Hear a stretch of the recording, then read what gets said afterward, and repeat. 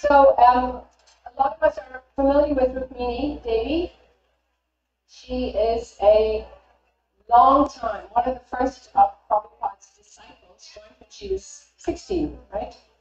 And has been dedicated over the years and done so many services in teaching and singing. Of course, her son is Gauravani.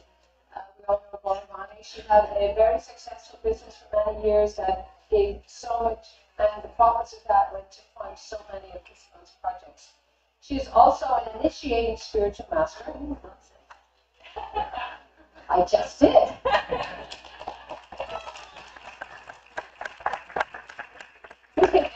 It's slightly controversial, but not really. She has 4 disciples. She was helped with the initiation. It's understood you could say it's she's a shiksha guru, which in our teachings is, we'll need to get that, both those wrong. But anyway, in our teachings it's the same as Diksha, and in partnership with Kalakantra Prabhu, who they both initiated, and now she is guiding 4 disciples on the path of bhakti. She's a fantastic teacher, she's the best friend, and anybody who knows Rukmini Devi knows that she encourages us like no other. So thank you all for being here. I also want to welcome so many devotees. I'm looking at one Poonam who's reminded me, and I mentioned it earlier, Poonam, how we and the practice of bhakti have such an inclusive community here, and we invite everybody, no matter who you are, where you are on the path. Some of us have been practicing forever, others have been newly practicing, but there's something for everybody in this talk. So open yourselves up to hear what Krishna has to speak today through Rukmini Devi, and please give her a very beautiful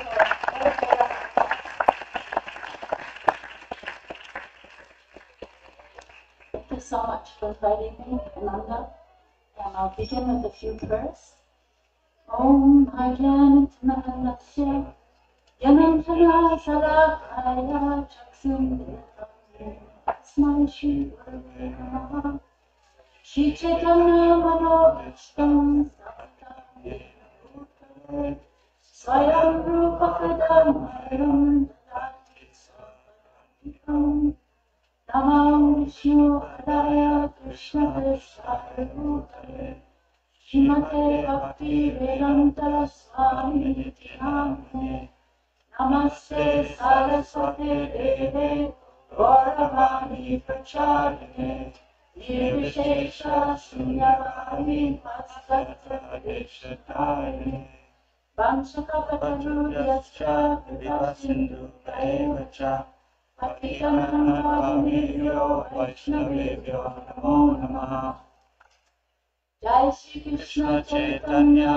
Prabhu Nityananda Shri Advaita Gadadhar Shivasari Gaura Bhakta-vrinda Hare Krishna Krishna Krishna Hare Hare Hare Rama Rama Rama Hare Hare Sasya Vishwasya Kalo Prasidatam Danyantu Bhutani Shivam Vitoriya Manasya Bhadram Bhajata Garoksate Aveshatam Bhatirabhyo Ituki. Thank you all so much for being here. Usually when we have classes at the temple, we have questions at the end. But today I'm going to begin by asking you all a question. So my question for you all is, who are the mothers of devotion? Anybody want to take a guess? Who are the mothers of devotion? Farban? Kadasi? Okay. Who else? Who? Tulsi? Okay. Who else? The cow? Right. Okay. Who else? We got lots, right? Radharani? Who else? Okay. Somebody's getting really Shastra too. There's one picture, but there's a beautiful lady standing in front. There's another mother of devotion in Yashoda. Mother Yashoda, right? We're worshiping her during this Dalmara month along with baby Dalmara. So today is a very holy day, Bakulastami, and I'm going to be speaking about what is this Bakulastami. And Bakulastami is one of the mothers of devotion on the path of bhakti. And Bhaktivinoda Thakur has a song, a beautiful song, on the board, and he talks about who are the mothers of devotion in this song. So I thought we could say the words in English and then sing the song in that beautiful Bengali language.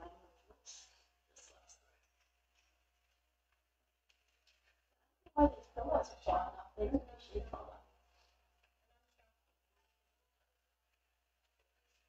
So, in case you haven't heard the name Bhaktivinoda Thakur, he's like a great-great-great-grandpa spiritual master. His picture is over there behind the wall, the one on the left, if you can see. So this is a song that he wrote. He was a high court magistrate. Gauravan was explaining last night at Bhakti Yoga DC. By the way, if you're ever free, first Saturday of the month, come downtown to Bhakti Yoga DC for Pie in the Sky, wonderful kirtan with Gauravani. So he was explaining last night that his service, Bhaktivinoda Thakur's service, was so valued by the British Raj that they built a railroad to his house so that he could get to the court every day. Isn't that amazing? They didn't want him to stop coming to court and just retire and sing bright, beautiful songs. So this is a beautiful song where he talks about who are the mothers of devotion. Let's see.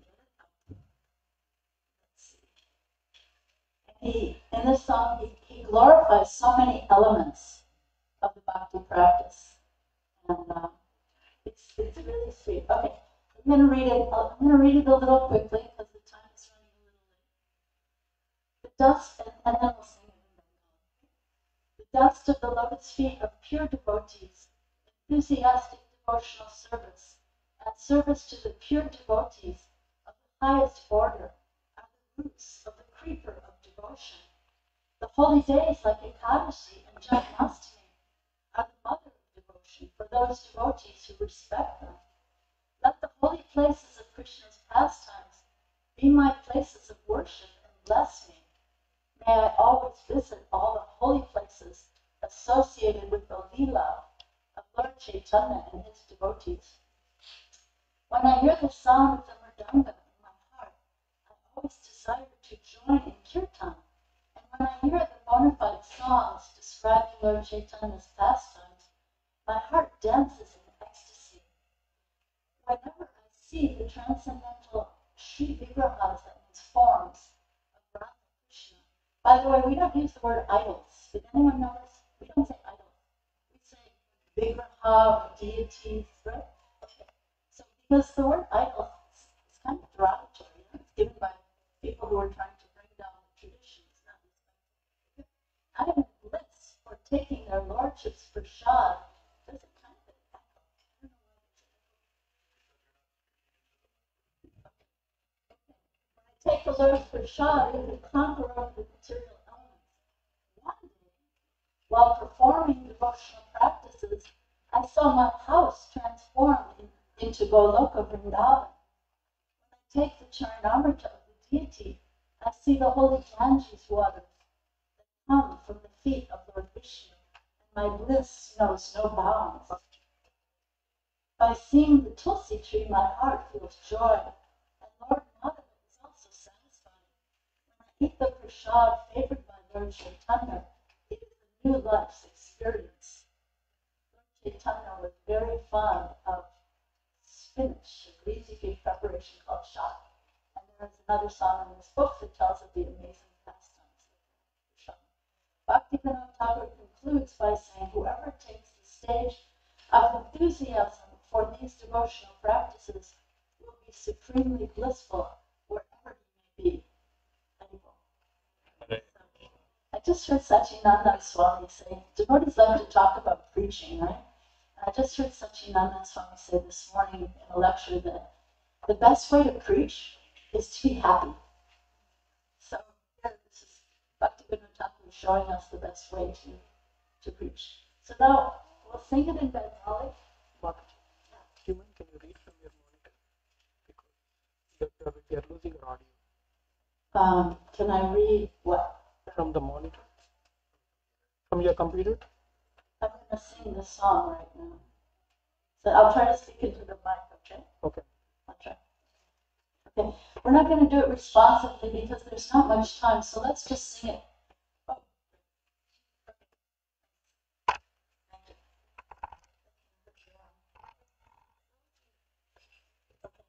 So let's sing it all together instead of responsively, okay? Buddha Bhakta Charan Harenu Vajana Buddha Bhakta Seva Madhama Siddhi Venapati Buddha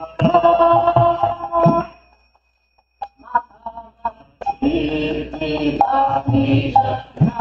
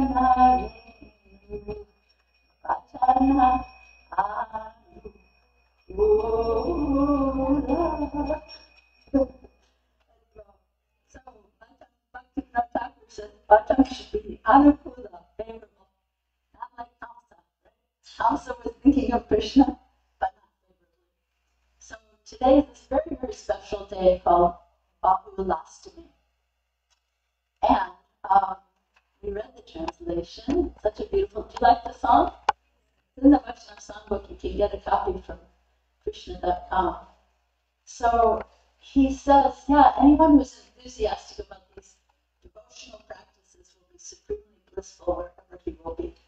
And so that's so beautiful. So this Bahulastami, the point is this Bahulastami is one of the mothers of devotion. Or we could say Bhakti takes birth in our hearts when we celebrate these holy days like Bahulastami. When we honor the holy days that are dear to Krishna, like today, and that celebration helps ignite our devotion. So, yeah, gives birth to devotion, right? So what's the pastime of this beautiful Babalastami day?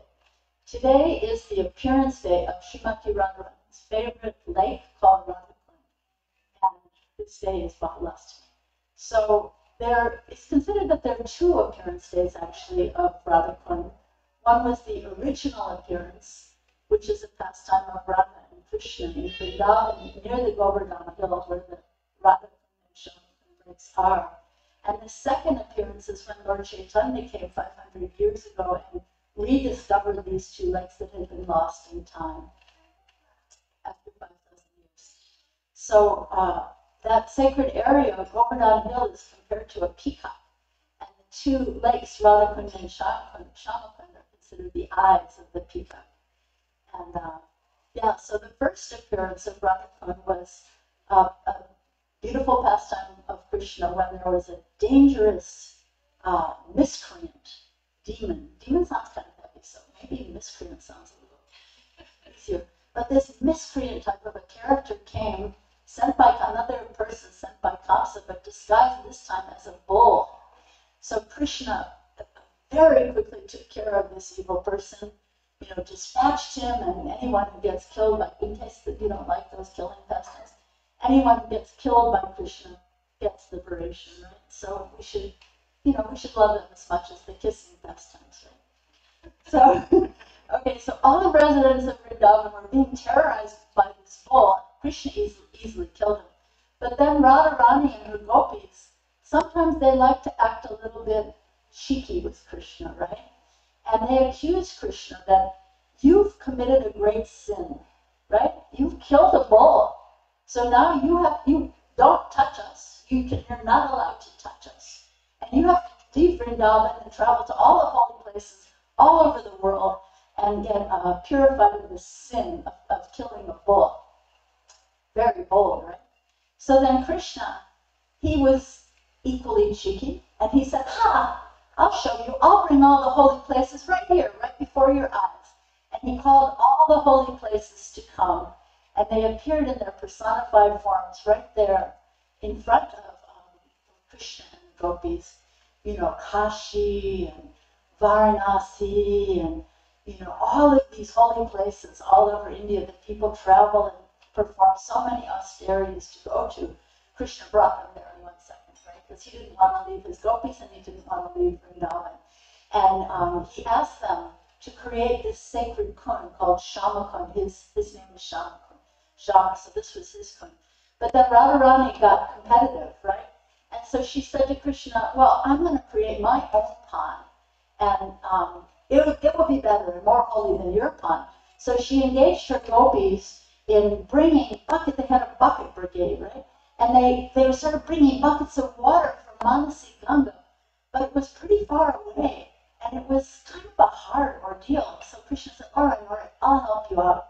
And so he asked all the holy places to appear before Radharani and save the gopis from having to carry all this water from such a long distance. So that all the holy tirthas came before Radharani and offered their prayers to Radharani, and they came to fill up Srimati Radharani's kund. So this is the holy first appearance of Sri Radha Kund. And all of the holy places, they came and they offered their respects to Radharani, and then Krishna took his bath there, and he said that on this holy Babalastami day, he told Radharani, as you are very dear to me, this kund created by you is also very dear to me. So, excuse me for speaking a little fast, I know we're running late, so.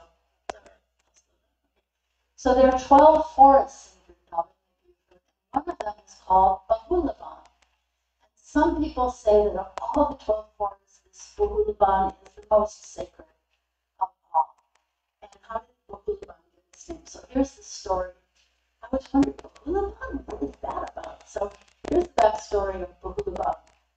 Once there was a cow named Bahula, and she was grazing very peacefully. So as somebody said, cows are also our mothers, right? So here's another one. I think you said cows are also our mothers. Because the Bible can make it, it's not some kind of sacred cow. Yes,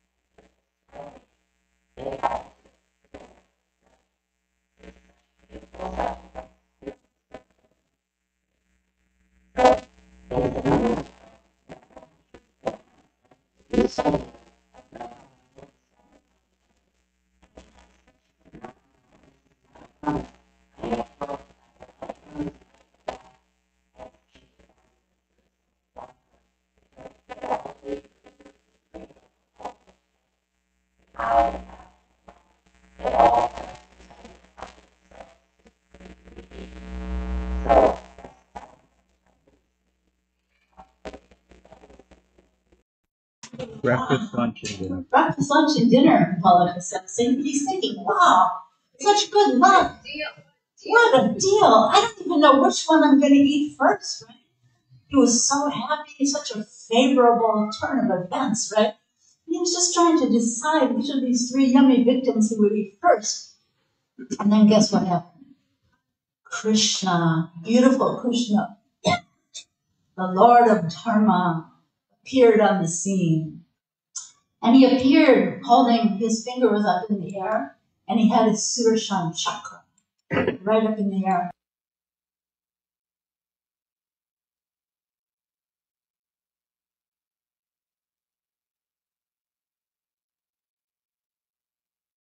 Inshallah, will blow at the end of the arati.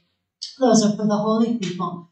So this time Krishna came with his chakra, and he told the tiger, he said, Tiger, if you release Bahula from her promise, then I promise you, if you show mercy to her, I promise you that you will get everlasting fame.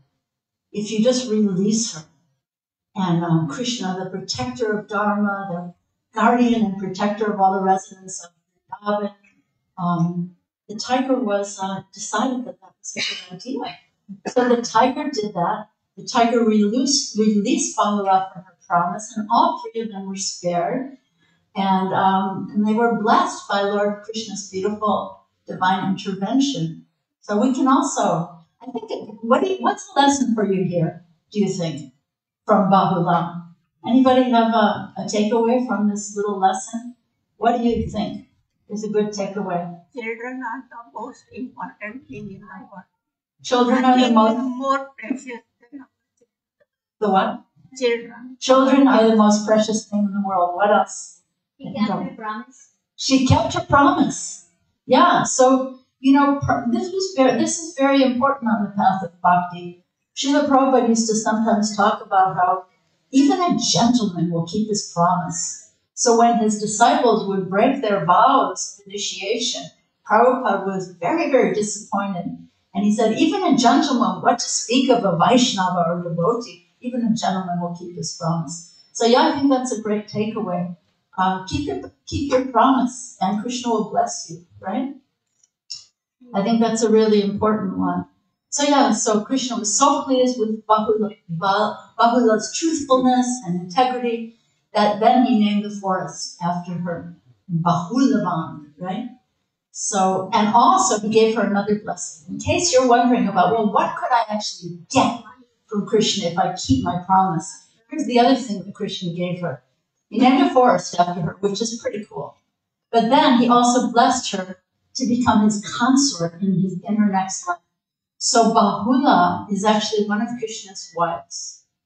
Really nice, huh? And today named after her, Bahulastami. So Astami means the 8th day from the waning moon. Remember, we had Krishna's beautiful Saradi Rasa, the full moon that happened like a week and a half ago. And so now today, 8 days from the waning moon, Bahulastami. So yeah, so in the, maybe you've read Nectar of Instruction. Any of you read that? If you've taken Bhakti Shastri, that's part of the Bhakti Shastri course. So it's a tiny little book written by Rupa Goswami of only 11 verses. And one of the devotees, Radhika Raman Prabhu, calls Nectar of Instruction, because it's only 11 verses, he calls it 15 minutes with the genius. So really read, if you can today, maybe when you go home, if you haven't read it, or even if you have, read Nectar of Instruction, because he speaks about all the different beginning steps on the path of devotion, but then he ends up glorifying the supreme holy place, Radhakund, at the end. And he says, in one of his last verses, that the holy place known as Mathura is spiritually superior to Vaikuntha, the transcendental world, because the Lord appeared there. Superior to Mathura Puri is the transcendental forest of Vrindavan, because of Krishna's Rasa Lila pastimes there. And superior to the forest of Vrindavan is the Govardhan Hill, for it was raised by the divine hand of Sri Krishna and was the site of his various loving pastimes.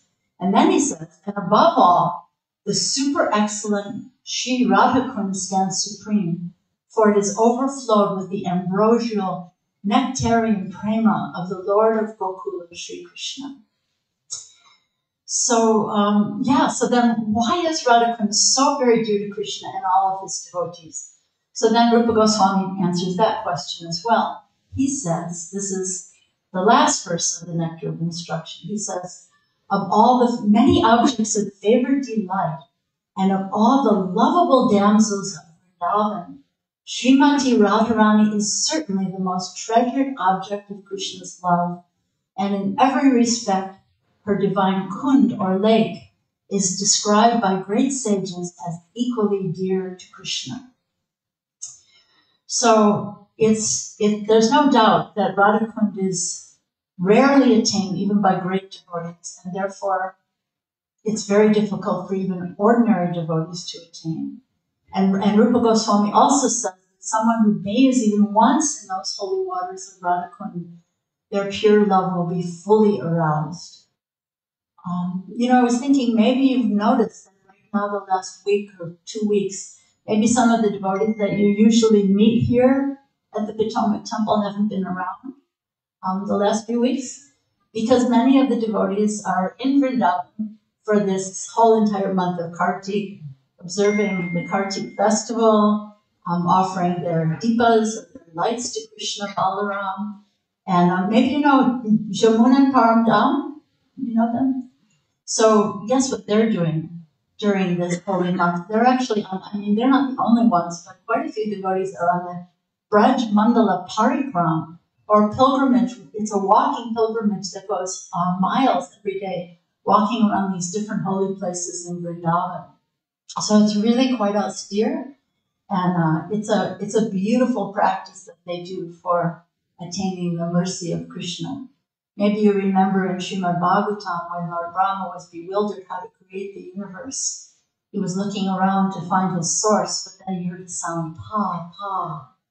So by performing tapasya or austerities on the devotional path, not ordinary austerities like whipping yourself or that kind of thing, but devotional austerities like honoring these holy days, we get Krishna's mercy. So even in ordinary circumstance, people, if you want to become a big CEO of some big fancy company, people perform austerities, right, to attain their goals. So what to speak of the supreme goal of Krishna consciousness. So yeah, this Radhakund, there's the Aristasura. I forgot about the slides, I'm not used to this. Okay, so there's the Aristasura. You can see him getting vanquished, dispatched by Krishna. Okay, let's change the slides now. Now we're going to see some beautiful slides of tonight. So at midnight tonight, thousands of devotees gather at Radhakund, on the banks of Radhakund, and they offer so many gifts. and offerings like water, milk, fruits, sweets, garlands, lamps, and money. And they also offer their minds, their bodies, and their souls. If you can switch to the next one. Isn't this beautiful? Yeah. So they're all together tonight at midnight. They're all unified in prayer, and they glorify Radhakund, which is non-different from Srimati Radharani herself. Let's switch to the next one. Look how beautiful. Do you wish you could go? Go in your mind. Offer a deepa to Radhakund. Go in your mind. So, yeah. Is there one more? Was that the last one? Okay, leave that one up. Beautiful. So, yeah, Radhakund is as dear to Krishna as Radharani herself. And who is Radharani? Maybe you're new here, maybe you don't know who we're talking about. Radharani is Krishna's divine pleasure potency. She's his divine other half. Some people say she is his divine counter whole, not counterpart, but counter whole. She's his other self, and she's Krishna's dearmost. They're one, but they become two in order to enjoy these beautiful pleasure pastimes together. So Lord Krishna worships her unparalleled, unprecedented love to the point where even he himself is at a loss how to understand the greatness of Radharani's love. So then maybe you've heard before that Lord Krishna, the original Supreme Personality of Godhead, he appears as Lord Chaitanya to try to get a glimpse of the greatness of Radharani's love. And her lake, Sri Radhakund, is most dear to her and to Lord Krishna as well. So Lord Krishna himself worships Sri Radhakund. So what do you think? Do you think we should also? Yeah, I think so. So thank you all so much. Hare Krishna. So any questions or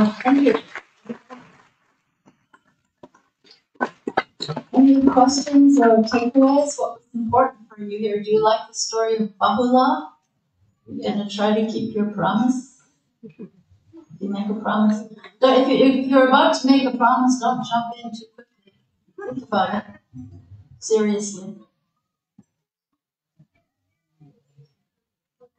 Okay, we'll start with the first one. Thank you for that list. I was wondering if you could share. I was wondering if you could share some of your experiences from maybe Vrindavan, from the early days. Well, okay. I'll share one story. Is there time for a story? I guess. We have till 2 o'clock. Okay. So I'll share a nice story. At one time I was living in Vrindavan, and a group of artists made some gopi dolls. Prabhupada called them. There's what are they called?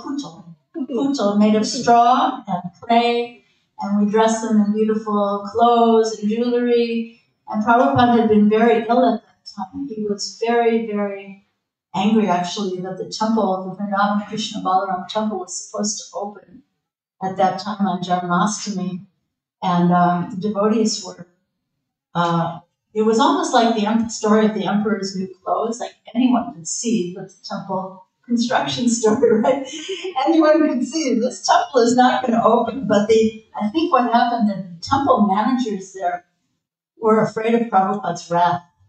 And they were, sending, yes, the temple will open. And Prabhupada sent out invitations all over the world. The chief minister of UP was coming, and he was very excited. So when he came and he saw that it was just a construction site, he was really furious. It was embarrassing for him because he had invited so many devotees and guests. Anyway, it's a bit of a long version of the story. Anyway, I'm going to cut to should I cut? Well, okay. So what happened was, Prabhupada became deathly ill. He was in his house in Vrindavan. He was running a high fever, and everyone was avoiding him because he had caretakers, right? But no one wanted to go near him because he was like in the mood of Nishringadev before Prahlad came, and that's what his mood was like. So he was very, very ill, and the day came when this chief minister of UP was coming, and Prabhupada hadn't been able to even lift his head from the pillow in his bed. But when this chief minister came with his, minister doesn't come by himself, right? He's got to have the security, the entourage, all the cars and everything. So it's a big entourage, political entourage, right? And he came and they set up 2 chairs in the middle of the temple, which was a construction site. And Prabhupada came. I always thought he was like a mystic yogi who could just project an illness onto, maybe you've heard a story where a yogi can just like project his illness onto a blanket and the blanket will be shaking. That's what it was like. So Prabhupada came. He came into the temple room and sat, entertained this politician, this respected politician, very graciously, spoke with this gentleman. And then when the man left with his entourage, Prabhupada again collapsed in his bed.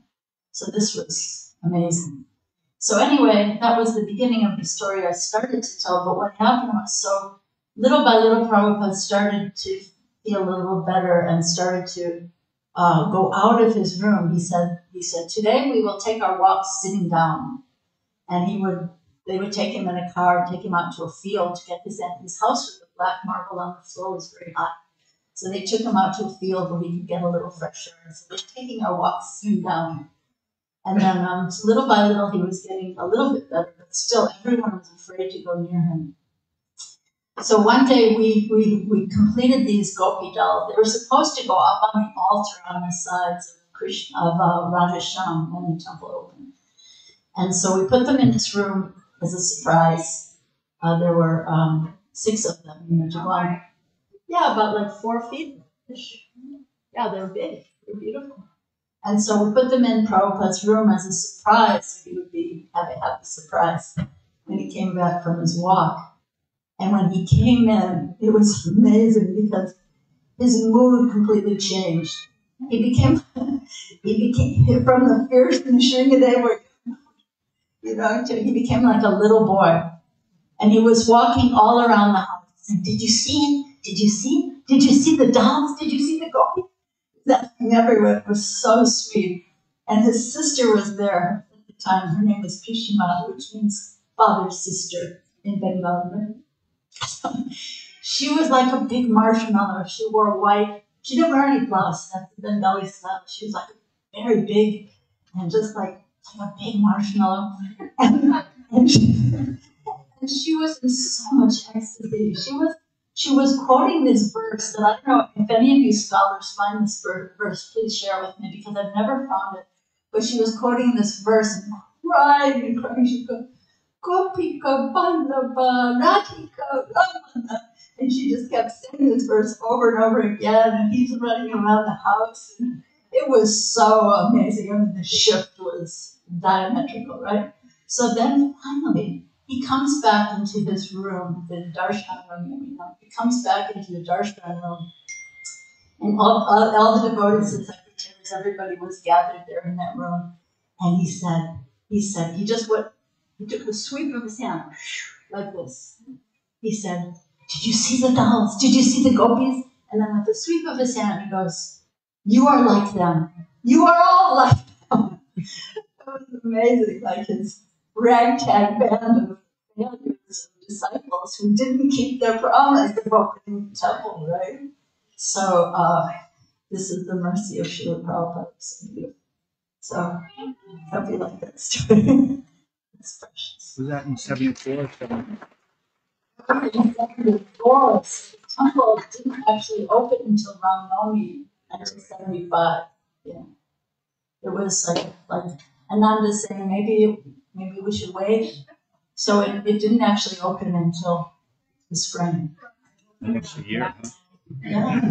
Well, I hope we will go. It's going to be a year. We need to make some arrangements for parking. Great. No. The parking will be wonderful. The temple will be beautiful. The funds will be raised. All will be auspicious. By your grace. What? We'll make some dolls. Saving the day. Anybody else have a question? There was a question over here. Such a wonderful question, Mataji. My good question is, how do you really understand the spiritual aspect of Radha?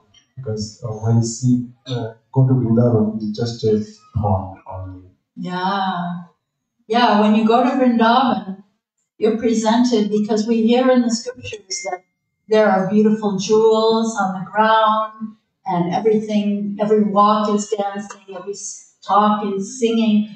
And sometimes you go there and maybe you get pretty sick, and maybe you think, whoa, this place is turning into a desert, everybody's chopping the trees down, and it's not exactly the way it was, the way we read it in Krishna book, right? So it's a challenge to our mundane vision to go to these holy places.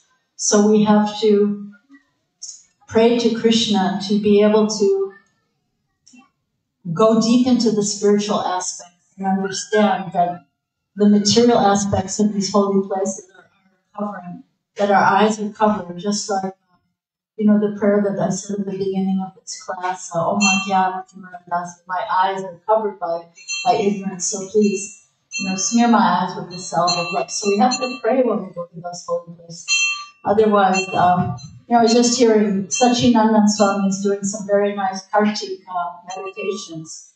And he was just one I was listening to this morning. He was talking about how he was walking to a program about 7 p.m. in the evening. He was walking with some other devotees, and they were overpowered by a beautiful fragrance of flowers. It was Ratkirani, the night blooming jasmine.